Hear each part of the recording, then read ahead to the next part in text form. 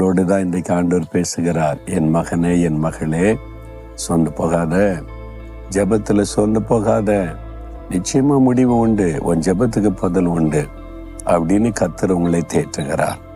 இன்னைக்கு பாருங்க, எரேமியா 31:25 ஆண்டவர் எப்படிப்பட்டவராம், நான் விடாய்த்த ஆத்மாவை சம்பூர்ணமடைய பண்ணி தொய்ந்த எல்லா ஆத்மாவையும் நிரப்புவேன். விடாய்த்து போன ஆத்மா, தொய்ந்து போன ஆத்மா, ரொம்ப விடாய்ச்சி போயிட்டாங்க, ரொம்ப தொய்ந்து போயிட்டாங்க, அவ்வளோதான், சோர்வு வந்துட்டுங்க, உன்னை இப்போ உற்சாகமே இல்லை, ஜெபிக்கணும், பைபிள் வாசிக்கணும், ஏதோ கடமைக்கு ஜெபிக்கிறேன் போகிறேன், அவ்வளோதான், எல்லாம் இப்படி தானே இருக்குது. இந்த மாதிரி விடாய்த்து போன நிலைமையில, அப்படியே சோர்ந்து போன நிலைமையில இருக்கீங்களா? நான் உங்களை பலப்படுத்துவேன், உங்களை நிரப்புவேன்னு ஆண்டவர் சொல்றார். அப்படியே ஆண்டவர் விட்டுற மாட்டார். நம்ம சோர்ந்து போயிட்ட விட்டுருவார்னு நினைக்கிறீங்களா?